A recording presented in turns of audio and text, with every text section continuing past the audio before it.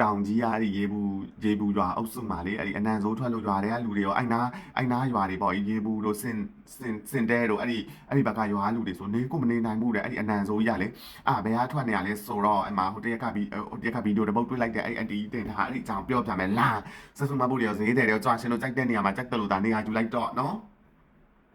အဲ့ဒီရွာအဲ့ဒီဗီဒီယိုထဲမှာဆိုလို့ရှိရင်အဲ့ဒီကျေးရွာအဲ့အန်တီကြီးတွေကတော်စင်းတာ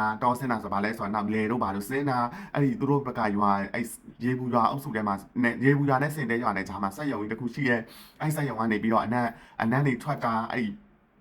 သူကမနက်6နာရီလောက်ကနေစပြီးတော့ကိုထွက်ပြီးတယ်အဲ့အနက်နေကဘယ်လိုလဲဆိုတဲ့အခါကျသူတို့ကအဲ့ဒီနာမှာပန်းပေါင်းစုံပေါင်းတာဆိုလားရေမွေးဆက်ယုံဆိုလားမသိဘူးသူတို့ရဲ့ဆက်ယုံကတော့အဲ့လိုမျိုးပေါ့အဲ့ဆက်ယုံကနေပြီးတော့သူတို့ကအဲ့ဟာတွေကိုချက်လိုက်ပြီးဆိုလို့ရှိရင်အနန်းတွေကိုထွက်တာအဲ့ဒီမီကိုခေါင်းနိုင်ကနေပြီးတော့လည်းအနန်းတွေကလည်းအဲ့မီကိုတွေကဆိုလို့ရှိရင်လည်းမဲတုံနာပဲတဲ့အန်ဒီကပြောတာဆိုလို့ရှိရင်သူတို့အဲ့ရွာတဲ့လူတွေလည်းမနေနိုင်ပေါ့ရွာတဲ့လည်းမနေနိုင်ဘူးတဲ့တော်တဲ့လည်းမနေနိုင်ဘူးတဲ့ဘယ်လိုဖြစ်လို့လဲဆိုတဲ့အခါကျအဲ့အနန်းရလို့ရှိရင်ခေါင်းတွေလည်းထိုးကြိုက်တာတဲ့အဲ့လိုမျိုးခေါင်းတွေလည်းထိုးကြိုက်ပြီးတချို့တွေဆိုလို့ရှိရင်မူးမေ့ပြီးအဲ့လိုမျိုးတွေတောင်မှတယ်ဖြစ်တဲ့ရွာတဲ့လည်းကိုမနေနိုင်ဘူးတဲ့အဲ့ရွာဘက်ကလူတွေဆိုလည်းပြောတယ်ကားမောင်းရင်းနဲ့ဖြတ်သွားရင်ကိုတဲ့အဲ့လိုမျိုးတွေတအားနန်တာပေါ့အဲ့ဆက်ရုံကကြတော့အခုဒီ2026မှာစပြီးတော့လဲပတ်တာပေါ့တရုတ်ပြည်ဘာပို့တာဆိုလားပန်းဘာပေါင်းတာဆိုလားအဲ့လိုမျိုးပေါ့အဲ့နဲ့ရွာတဲ့လူတွေလည်းမခံနိုင်လို့ပေါ့သွားပြောတဲ့ခါကျဒါသူတို့ခွင့်ပြုချက်နဲ့လုံတာပေါ့လုံတဲ့ခါကျအခုကျတော့ရွာသားတွေကသူတို့ကသူတို့က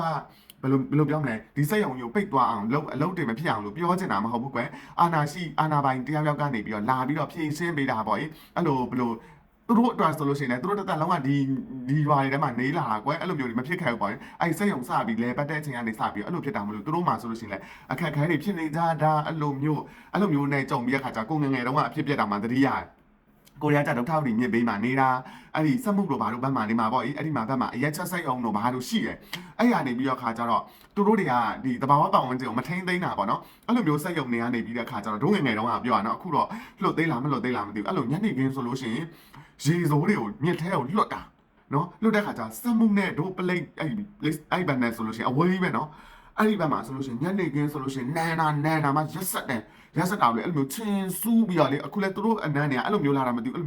လိုချင်းစူးတာတော့ပုတ်စော်ကြီးအဲ့လိုမျိုးကြီးနန်နာပေါ့အဲ့ကိုရင်ငယ်တော့ဆိုလို့ရှိရင်အဲ့အနန်းကြီးကစူးပြီးတော့လေချင်းစူးပြီးအဲ့ညနေလောက်ကနေစပြီးတော့နန်တာသူတို့ကတညလုံးလွတ်တာတစ်ခါတလေဆိုလို့ရှိရင်ညနေ7:00 9:00 10:00 လောက်ဆိုရင်ပြီးတယ်ခါရီဆိုလို့ရှိရင်အဲ့လိုမျိုးတောက်လျှောက်ကိုမှလွတ်တာအဲ့မျိုးဒုက္ခတွေကိုကြားတော့ဒီပြည်သူတွေကခံစားတာပေါ့အဲ့ဒါပြီးတဲ့ခါကျအဲ့လိုမျိုးရေစိုးရင်ညစ်တွေလွတ်လိုက်တဲ့ခါကျတော့ရွာလူတွေဆိုလို့ရှိရင်လည်းဘေးဥပတ်တွေဖြစ်တယ်တချို့တွေကကျတော့ဒီအိမ်မှာရေတွင်းရေတိုင်းတွေဒီလိုအဝေးစီတွင်းတွေမတူတော့ဘဲနဲ့မြစ်ရေကိုပဲခတ်သုံးတာရှိတယ်တချို့ဆိုလို့ရှိရင်မြစ်ရေလေယာမှာကောင်းတာလို့ထမင်းချက်စားအဲ့လိုမျိုးသုံးတာတွေလည်းရှိတယ်အဲ့ကြတော့အဲ့ဒီရေထဲမှာမနှက်ဆိုလို့ရှိရင်အဲ့လိုမျိုးချွဲဖတ်ကြီးလေအဲ့လိုမျိုးကြီးတွေပါလာကိုငယ်တော့ကိုရီးယားတော့ကလေးတွေတော့မသိဘူးပေါ့မြစ်စိတ်တဲ့ရေချိုတချို့ရကြလဲအလုတ်တင်းတာတော့အလဲနဲ့များတော့ကွယ်ကလေးတွေဆိုလဲရေဆော့တာဆိုဝင်တယ်လေအဲ့ဒါကြတကယ်ကြအဲ့လိုမျိုးပြည်သူတွေကခံစားတာဆိုခါကြသူတို့ဘက်ကလည်းအဲ့လိုမျိုးဖြည့်ရှင်းပေးနိုင်တဲ့ဂျာတဲ့လူရှိရင်တော့ကောင်းတာပေါ့အဲ့ဒါမျိုးသိစေချင်လို့ဒါပဲလာပြောဒါနောက်ပြီးတော့မှပြန်တွေးကြမယ်